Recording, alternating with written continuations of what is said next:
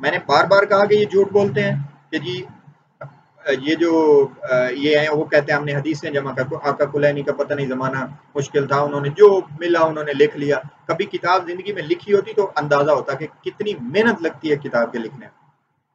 اور ایسا کوئی بھی نہیں چاہتا کہ ایک حدیث ثابت نہ ہو اس کے نزدیک اور وہ امام کے نام سے منسوب کر دے. میرے جیسا گنہگار اور جاہل آدمی نہیں کرتا. وہ تو اتنے بڑے مولا کے نام چنے ہوئے لوگ ہیں کہ آج تک لوگ ان کے محتاج ہیں, اور آپ باتیں کرتے ہیں ان کے اوپر الزام تراشیاں کرتے ہیں کہ وہ جی وہ تو رتب یابس جمع کر گئے, ہم اس میں سے صحیح ڈھونڈ رہے ہیں اور ہم کر رہے ہیں. تو خدا را میں روز یہ محنت کر رہا ہوں کہ اس اخباریت کے اوپر رحم کیجئے. اگر آپ کو نہیں معلوم ہو سکا تو کم از کم خاموشی اختیار کر لیجئے. نہیں ماننا امام کو نہ مانیے, اپنی عقل سے مذہب مانیے, جو دل کرتا ہے کیجئے, خاموش تو ہو جائیے. ان بیچاروں کو جنہوں نے اتنی محنتوں سے یہاں تک ہمارے تک یہ محنت کی, ان کی ذاتیات کے اوپر تو حملے نہ کیجئے. آپ کی ان حرکتوں کی وجہ سے اب لوگ ان کو گالیاں دے رہے ہیں. کوئی ان کو سرکاری مولوی کہہ رہا ہے, کوئی بلکہ ایک صاحب تو سیدھی سیدھی گالیاں دے رہے تھے, میں نے خود سنی ہے. یہ کس کی وجہ سے؟ یہ آپ کی حرکتوں کی وجہ سے ہے بھائی صاحب, کیونکہ آپ نے تخیلاتی دین لوگوں کو پیش کیا ہوا ہے, اور جو حقیقت جن کو جو ہمارے جو حجت تھے ہمارے اوپر, وہ جو ہمارے ہم تک پہنچاتے رہے, وہ اس مذہب کو لوگوں کو پیش ہی نہیں کیا تم لوگوں نے. تو بہرحال یہ باتیں تھی آج, ذرا مثالوں سے یہ بات واضح کی. آئندہ مثالیں چلیں گی انشاءاللہ, اور یہ باتیں آگے کھلتی جائیں گی کہ یہ ہمارے نام نہاد اخباری حضرات کیا کر رہے ہیں, اور اصل میں حقیقت اخباریت کیا ہے, اور اخبار جو ہیں ہمارے ائمہ کے جو ہیں وہ ہمارے محدثین نے ان کے بارے میں کیا کیا بتا رکھا ہے. تو اس بارے انشاءاللہ آگے مزید گفتگو ہوگی. آج اتنی بات جو ہے امید ہے کافی ہوگی. وما علینا الا البلاغ المبین.